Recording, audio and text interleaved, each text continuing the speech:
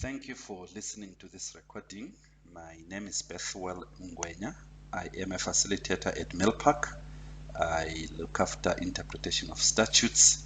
I am a lawyer by profession with more than 26 years of experience. I hope this will help you. The purpose of this recording, number one, is to give you an overview of the topics that you are dealing with. Today we will look at topic number one, but we'll have other recordings that will deal with topics 2 up to topic number 6. So the recordings are meant to give you an overview of each of the topics and to provide you with a framework within which to maneuver. Interpretation of statutes is a fairly complex subject. So I want to help you by giving you a framework within which to maneuver. When you read the prescribed textbook and the study guide and any other material, you would have a framework that is simple, that is clear, within which you will work. And during these recordings, what I will do is to, for each topic, explain salient principles and concepts in order to help you to understand the topic in question. But above all, what I will seek to do is to simplify the subject, simplify the topic, decode the principles, demystify the concepts that you are dealing with. And in this way, it will become easier for you to understand the subject. Interpretation of statutes is a very exciting subject, and I want to help you find this excitement as you read the prescribed textbook and other materials, as well as your study guide. The topic that we are dealing with now is topic number 1, statute law. Topic number 1, statute law. You find the material for this topic in chapters number 1 and number 2 of the prescribed textbook. Please do refer to the study guide as well, because after each topic there are self-assessment questions that you should do, and then compare your answer with the answers that are given in the study guide. So after we've gone through the topic and we have read the study guide, we have read the prescribed textbook and referred to any additional materials, then do the self-assessment questions at the end of the topic. This will help you as you prepare for various formative assessments as well as the summative assessment once you are done. The subtopics or elements that fall under topic number 1 are introduction, what is legislation, categorization of legislation, legislative structures and codes, the relationship between legislation and common law. So we will cover all these topics. We will begin by laying a very good foundation as we do the introduction, and then go on to look at what legislation is and how legislation is categorized and what the various structures and codes are that you find in legislation. We'll close with looking at the relationship between legislation and common law. Now, by way of introduction, let us look at legislation as a source of law. There are many sources of law, 4 of them, and legislation is one of these sources of law. And it is important, in order to properly apply the rules, principles, concepts, and canons of statutory interpretation, that you are proficient in and you are grounded on 1, the meaning of the term legislation, 2, the types of legislation, 3, categories of legislation, 4, the structural parts or components of legislation, 5, the codes that are used in legislative texts, and finally the interrelationship between old order laws and post-1994 laws. This gives you the nuts and the bolts of the subject, interpretation of statutes. So I will be helping you to unpack the nuts and the bolts of the subject in this particular topic. And it is important also to know the distinction between the term the law and the term a law. Many people use these terms interchangeably, and that is not correct. When the term the law is used, it is used to refer to all forms of law, all forms of law. That is to say, it covers common law, it covers statute law. Statute law is legislation. The term covers customary law or indigenous law. The term also covers case law. In other words, the term the law of the land covers all the sources of South African law. And when you use the term a law, you are now moving away from the group which covers all the sources of law to a specific written law, statute, that is enacted by those legislative bodies with authority to make laws. So a law is a written law. It is a written statute.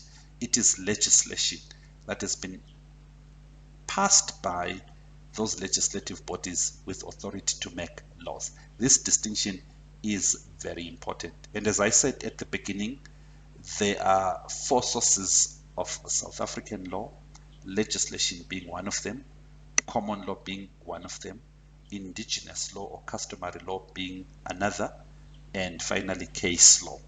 At the end of this recording, we will look at the interrelationship between legislation and common law. Another aspect that I would like us to look at and consider by way of introduction is the concept of interpretation of statutes. What do we mean when we talk about interpretation of statutes? And basically, and in simple terms, interpretation of statutes is the juridical understanding of legislation. In other words, you are looking at legislation from a legal point of view, and you are trying to understand legislation or statute law from a legal point of view. That is what it means. Interpretation of statutes is a branch of law. There are many branches of law, and interpretation of statutes falls within what is known as procedural law. So it falls under procedural law, and it deals with those rules and principles which are used to construct, in other words, to determine the correct meaning of legislative provisions to be applied in practical situations. So interpretation of statutes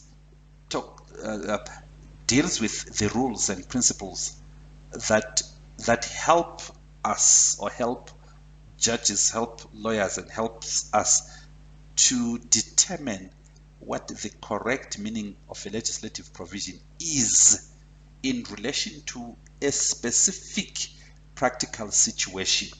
We interpret laws for purposes of applying them, and we apply them for purposes of arriving at a legal solution. And the purpose of interpretation is to make sense of the total relevant legislative scheme that is applicable to a practical situation at hand.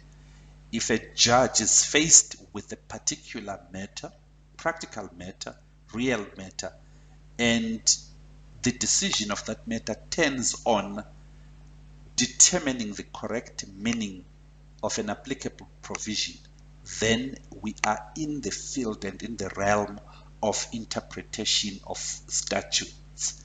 Let's make sense of this provision. Let us understand what its correct meaning is, and then we apply it to the scenario or to the practical situation so that we can arrive at a legal situation, so that the judge can arrive at a decision. It is important to note that generally the use of language and the determination of its meaning on its own, it is problematic. There are inherent difficulties and challenges associated with the use of language and determining of language generally. What more when it comes to legal language or documents that are drafted in legal terms? Documents drafted in ordinary language present us with difficulties when we try to determine their meaning. And now when we come to the realm of law and we look at documents, and particularly legislation that is written in legal language, we face even more difficulties.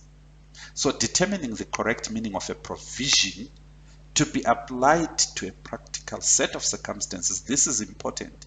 We determine meaning so that we can apply a particular provision to a particular set of circumstances so that an appropriate legal solution can be reached. So determining the correct meaning of a provision to be applied to a practical set of circumstances in order to find or arrive at an appropriate legal solution is a very complex exercise, as I've already said. It is a technical exercise, it is scientific as well, and artistic in nature. You will cover this as you read the prescribed textbook, chapters 1 and 2, that interpretation of statutes is a science and also an art. It is also technical in nature. There are certain technical considerations that must be taken into account. Your textbook, prescribed textbook, gives you some of these technical considerations. I am not going to go into them here. And while introducing this topic, it is important to discuss or talk about what is called legalese. Legalese. I've already said that the use of language itself presents its own unique challenges. And then if you add to that what we call bad drafting, that is, drafting is the way in which statutes are written or acts of parliament are written, or laws that are enacted by those bodies that have the authority to pass laws are written.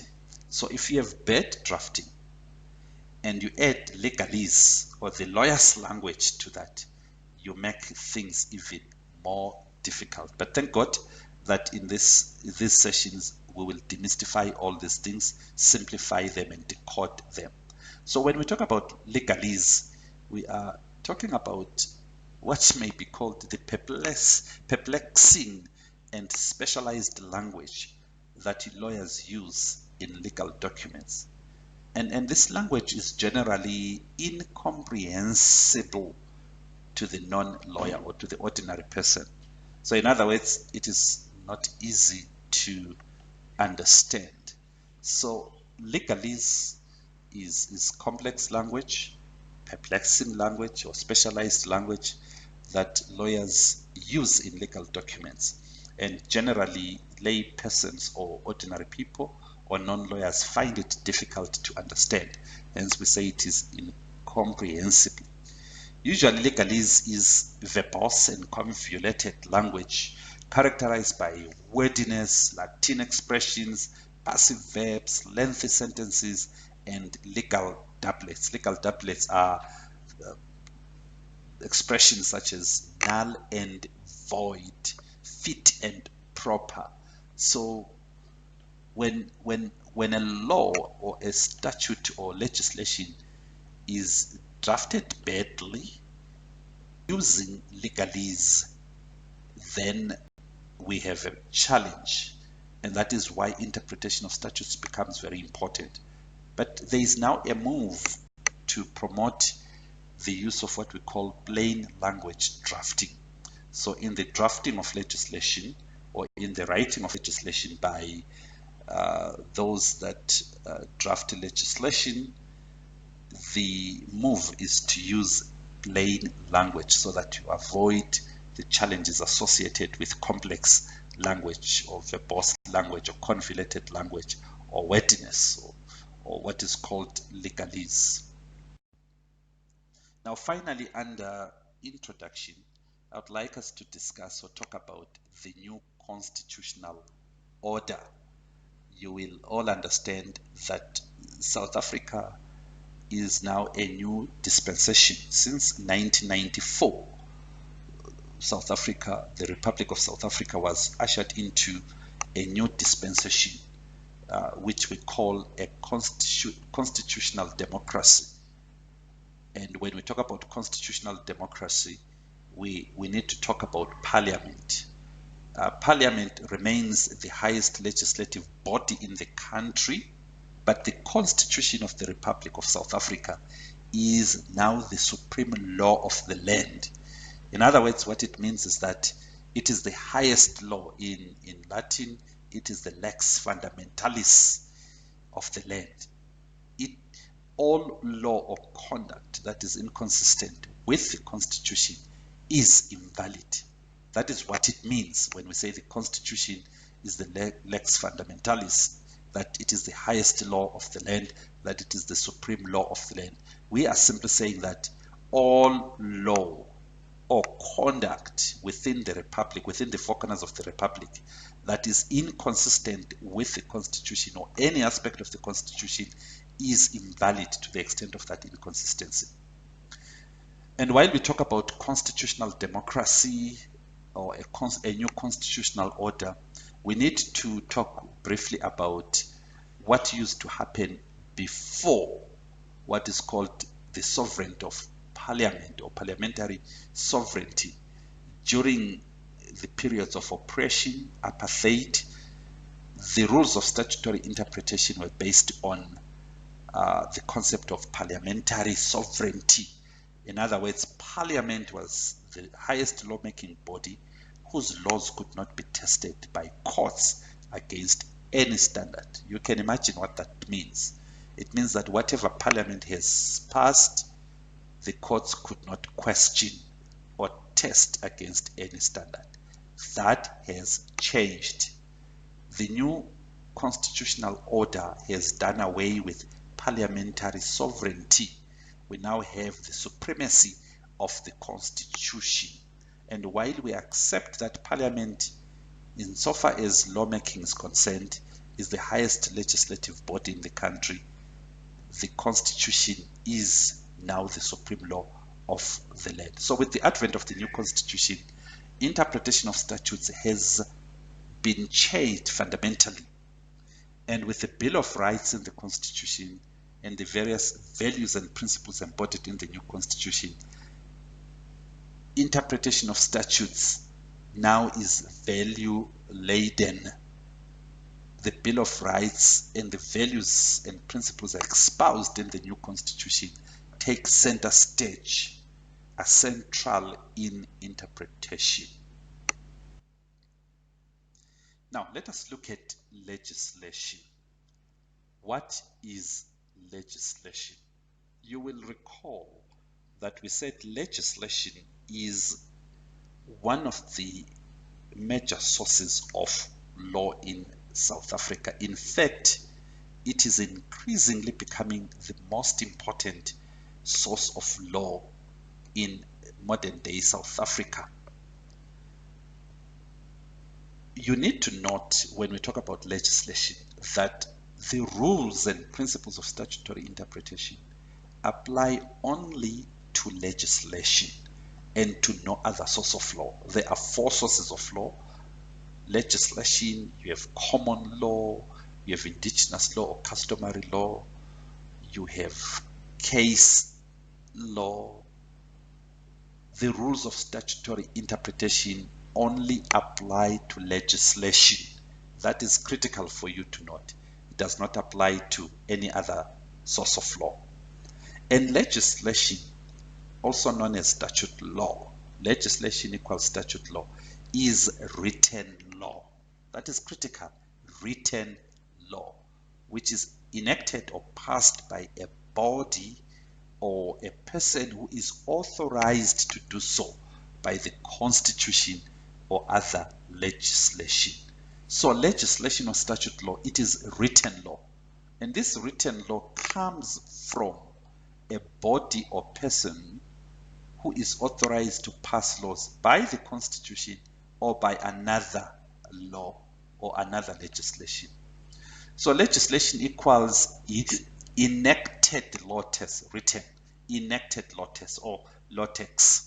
In other words, when we talk about legislation, we are talking about enacted law text. That phrase is very important, and it means, number one, that when we say it is enacted, it was adopted or issued or promulgated in accordance with the prescribed legal requirements, hence enacted. If we say law, it is a law text, it means that it has the force of law. In other words, it is binding and it is enforced by the state. And when we say text, enacted law text, we mean it is written. So legislation refers to enacted law text, and those three elements are there. It is important for you to note that legislation may take various forms, or this could be seen as types of legislation.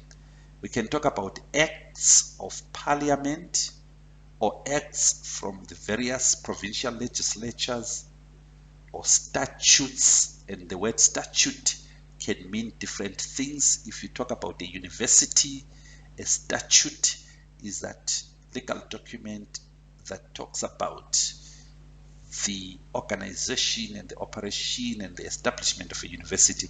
But ordinarily and in general, an act is a statute. We also have ordinances, regulations, proclamations, rules, notices, and bylaws. So these are the types of forms of legislation. And it is also important, finally, on legislation, to know that legislation has geographic application. And legislation may be national, the National Road Traffic Act that governs and applies across the nation, governs the entire nation, applies across the nation. Or legislation may be provincial, passed by one of the 9 provincial legislatures.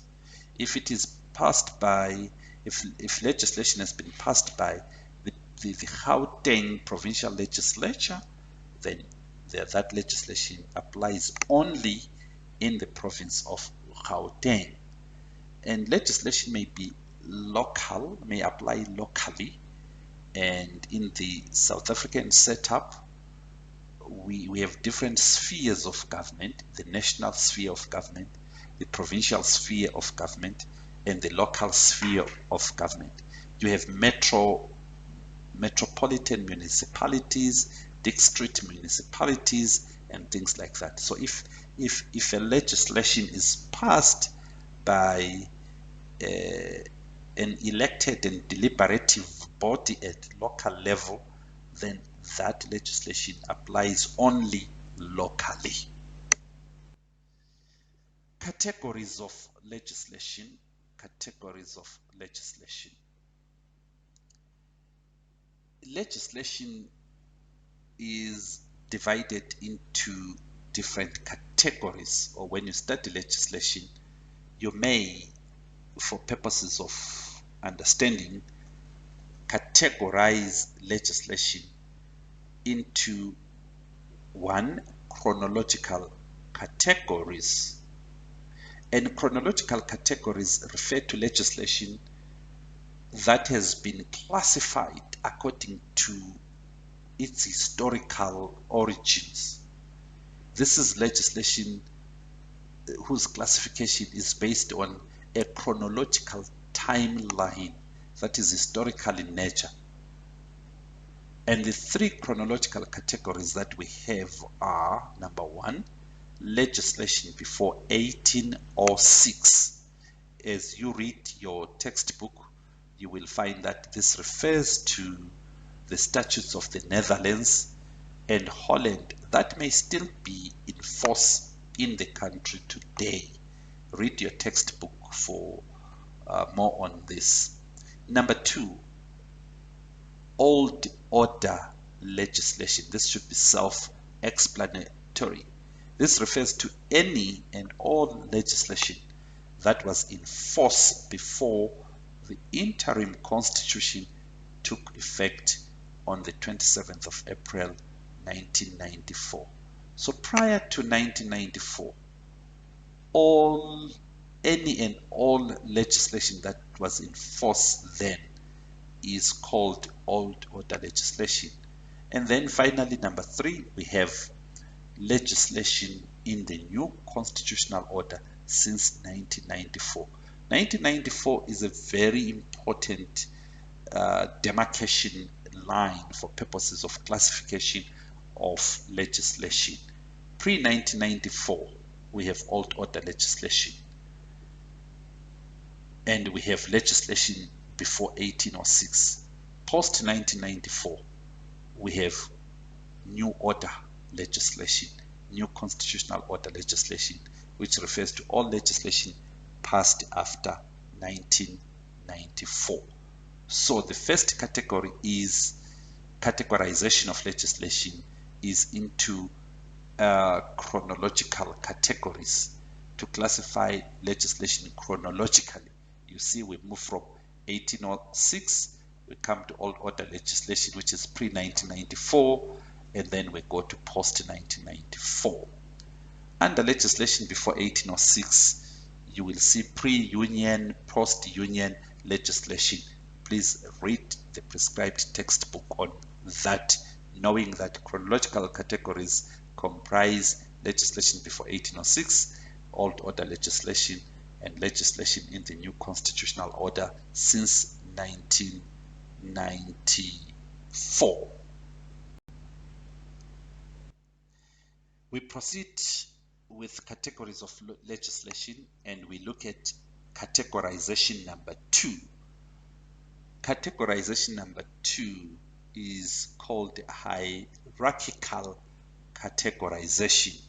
We talk here about hierarchical categories, which refers to legislation that is categorized according to its status in the legal order. So legislation has different status.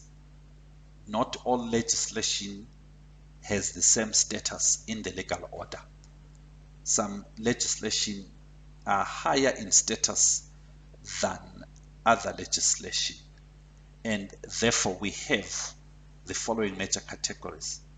The Constitution of the Republic of South Africa 1996 is the supreme law of the land, and we have said that any law or conduct inconsistent with it is invalid. So in the legal order, in the hierarchy of legislation within the legal order, the Constitution of the Republic of South Africa, or the new Constitution, occupies the highest status number 1, being the supreme law, the lex fundamentalis. So it is number 1 in the hierarchy. Then number 2 in the hierarchy, or in terms of status, is what is known as original or primary legislation. This refers to legislation enacted by democratically elected and deliberative lawmaking bodies. So what we're saying here is that the second in the order of pecking of legislation is what is called original or primary legislation. The name also is self-explanatory. So this is legislation that has been passed or enacted by what we call democratically elected bodies who are deliberative in nature. In other words, there is discussion, there is deliberation in that forum before a law is passed. So you have the national parliament, the national legislature comprising, the National Parliament and the National Council of Provinces, they form Parliament. So what comes from Parliament is original legislation. What comes from the provincial legislature, which is an elective body, which is deliberative in nature, is original or primary legislation. What comes from local elected and deliberative forums at local level, at the local government sphere level, is original legislation. Then number 3, under hierarchical categories, we have subordinate or delegated or secondary legislation. The legislation is subordinate to the original or primary legislation. It is delegated or it is secondary in nature. So this refers to legislation passed under delegated legislative powers. The National Parliament passes legislation, and in the legislation it empowers, say, the President or the Minister of Police, the Minister of Education to do certain things and to pass laws. Then whatever comes out of the minister, whatever comes out of the President is subordinate legislation. A provincial legislative body in Gauteng, for example, passes a law, and then in that law it empowers the Premier of the Gauteng province or the MEC of Education to make certain laws or pass certain regulations or rules. Those rules, those laws, those regulations are subordinate, are delegated, are secondary legislation. Now let us look at legislative structures and codes. And here we'll talk about the form that legislation takes, the structure that legislation takes, and the codes that are found in legislation. It is important to note that all legislation is drafted in a particular form, using a particular structure according to the drafting conventions and rules. So when drafters of legislation put together a law or legislation, they follow conventions and rules, and the legislation they draft takes a particular form, it has a particular structure, and it follows these conventions and these rules. It is also important for you to note that the language, the form, and the structure of legislation are all considered during statutory interpretation. And the language, form, structure are not the only things that are considered during statutory interpretation. There are other aspects as well that are considered. Please read your prescribed textbook to find out what these are. And it is important in relation to form, structure, and codes to look at the Labor Relations Act. It is given on pages 35 to 41 of your prescribed textbook. Look at that Labor Relations Act for what I call a typical form and a typical structure of legislation. Go through those pages, and you'll see the structure and the form of legislation, the headings which are in bold, which indicate the form and the structure of legislation. Then legislative amendments happen from time to time, and these include insertions into a law. A law is passed or legislation is passed, for example, by Parliament. Then later on, there are amendments, or there are insertions, or there are deletions. These amendments are coded, as it were, in the amended Act, and they are coded by using square brackets after the relevant provision. So if Act X has been passed by the National Parliament and it is subsequently amended, or there are insertions or there are deletions, under the relevant section or provision, where there is an amendment or where there is an insertion or a deletion, there would be square brackets that indicate perhaps the commencement of that particular amendment, or that show you what happened when. So these amendments and these insertions or these deletions are captured under each provision by means of square brackets, and we refer to that as coding. This is very important when you interpret statutes, because that coding helps you when you are looking at things like the commencement of legislation, or what happened, or you may want to refer to the previous provision. Then you have a historical paper trail in this regard. And legislative codes serve as what one might call a route map or a cross-reference to the amending act. In the amended act, you can see the amendments from the amending act, and you know what provision was amended and how and when and to what extent. So these are legislative codes. Now finally, let us consider legislation and common law. You will recall that both legislation and common law are one of the four major sources of law in South Africa. And now, what is the relationship between legislation and common law? The reason we look at this is that the common law is very important and very critical. And our common law is called Roman Dutch law. So when we talk about our common law, it is called Roman Dutch law. And our common law evolved from Roman law and Roman Dutch law. And it was influenced in certain areas by English law. And our common law dates back to 1652. The common law of South Africa applies commonly across the nation to everyone.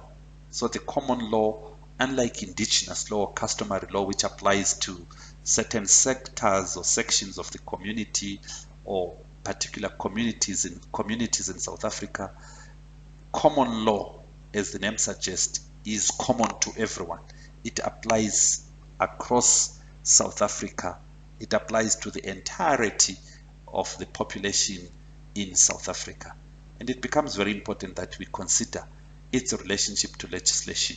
And the question is the common law sacrosanct? Is it untouchable? Or is it protected from constitutional scrutiny? Look at how far back it comes and look at the extent of its application. And the question is this source of law sacrosanct? Is it untouchable? Is it protected from constitutional scrutiny?